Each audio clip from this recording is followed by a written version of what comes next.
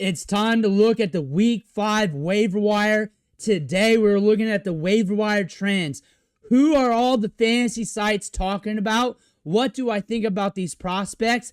The top claims off the waiver wire per Big News Fantasy Football. And we've been doing this on every Monday. Before we dig in though, you need to click that subscribe button right now because we go deeper on the waiver wire than anybody else. This is our second video already this week. We'll get 2 more tomorrow, another one on Wednesday, plus deep dives on all the trending players off the waiver wire so you know what these deep stashes are about, their analytics and everything else.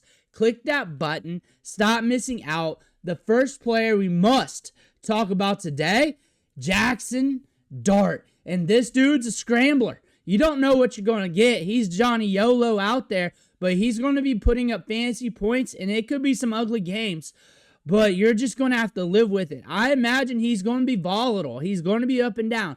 You got rookie play.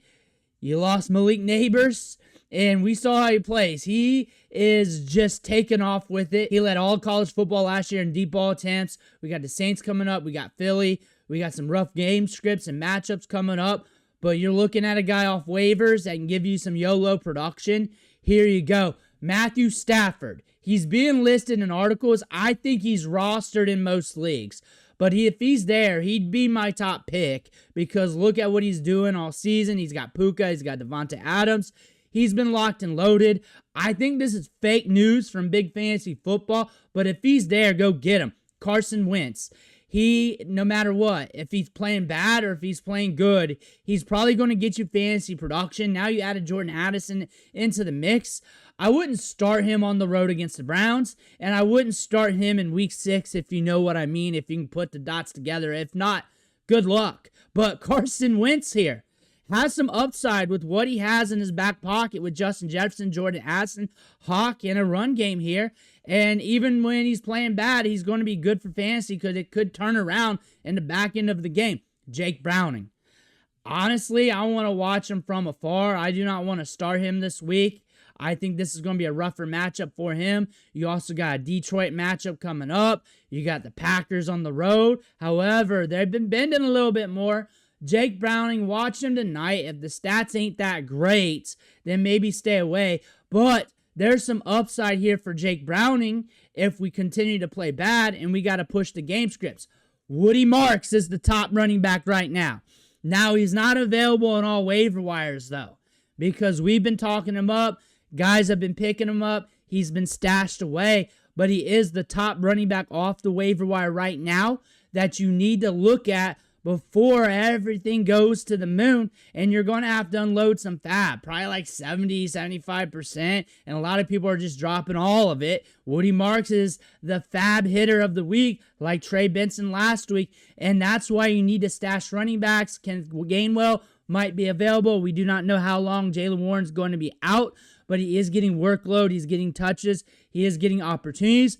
We do have a bye week coming up in week 5, so if you want to wait, that might be a good idea. That might be a good idea to let somebody else blow the fab because you got a bye week, then you got the Browns, Jaylen Warren mixed in there, and you also got Arthur Smith pulling the strings. Kendre Miller, I've been saying all along, he is a handcuffed lottery ticket running back that has been slept on by the media. Now he's starting to get mentioned in articles because he got 11 carries, 65 yards, and a touchdown. Giants coming up, Patriots, but if Kamara goes down, he's going to get the Trey Benson treatment with the fab from everybody out there.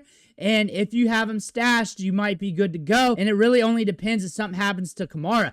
Blake Corum, same thing. Kyron Williams, if he goes down, next man up. 9 carries in this game, 4 targets, just 3 fantasy points, 8 points in the last 2 weeks. But the workload is trending up. You want a lottery ticket running back that will be anointed and get all the fab blown on them so you don't have to blow the fab. This is another one. And the touches are trending. We're getting more each week. That is what you really want to look at. We're getting more opportunities. Snap shares going up. We got some matchups coming up, but we're not starting him right now. He's just a stash. Wan'Dale Robinson. Now, he's been in the waiver wire videos, so he might be rostered because he's been getting good opportunity. Week 1, 8 targets. Week 2, 10 targets. Week 3, 4 targets. Week 4, 5 targets against the Chargers. So we're getting good opportunity in these matchups. When I'm looking at Wan'Dale Robinson here, if he's available, you're chasing that volume. The target should be rather steady. Darius, Slayton, those should be getting the deep balls. And you just throw him in lineups, close your eyes, and hope he brings it down. You got Jackson Dart. It's kind of hard to predict, but he's one of the top wide receivers in almost every single waiver wire article I look at. Elic Ayomanor. I look for him to be rostered in most leagues. I don't know why he's in the articles, because I was fielding start-sit questions about him yesterday, and it wasn't like one or two. It was a good bit. Elic Ayomanor is probably rostered. He might get returned to the waiver wire this week, and you got to understand the Titans are going to be volatile, but he's getting a lot of targets, 7, 6, 5, 7.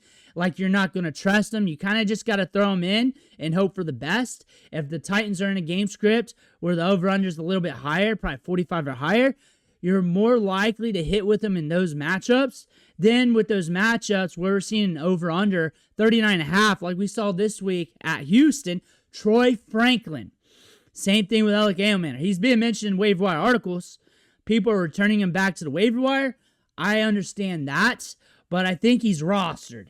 Let me know in the chat if he's rostered. But Troy Franklin, he's getting a lot of routes. He's getting opportunity. He's going to be up and down. Cortland Sutton's the wide receiver 1. Troy Franklin's going to get the short to intermediate targets. So when they have to go that route, that's where he's going to get his workload, his opportunities. He's getting so much workload. He's due to score more touchdowns. Don't be surprised he scores 3, 4, 5 more touchdowns on the season.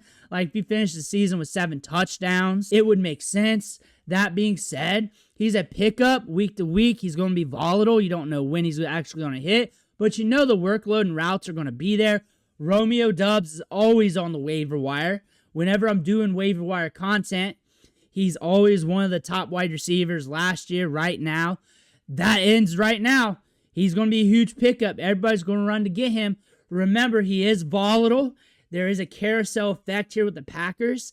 Any Packers wide receiver can get it on any given Sunday. He is the leader right now among these wide receivers. He is the proven veteran. I expect him to be the safer wide receiver of the bunch, but there's going to be games where it's going to go to the other wide receiver. Then there'll be another game where it goes to that wide receiver. But I think most of the games will go to this wide receiver, Isaiah Bond. I'm seeing him getting mentioned. I'm seeing them talk about it.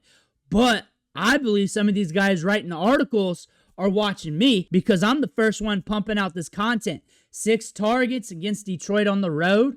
Quarterback plays bad, but he's running a lot of routes, and his volume, his workload has been increasing every week. He has not been with the team for more than a month, really, and he's starting to get workload and opportunities.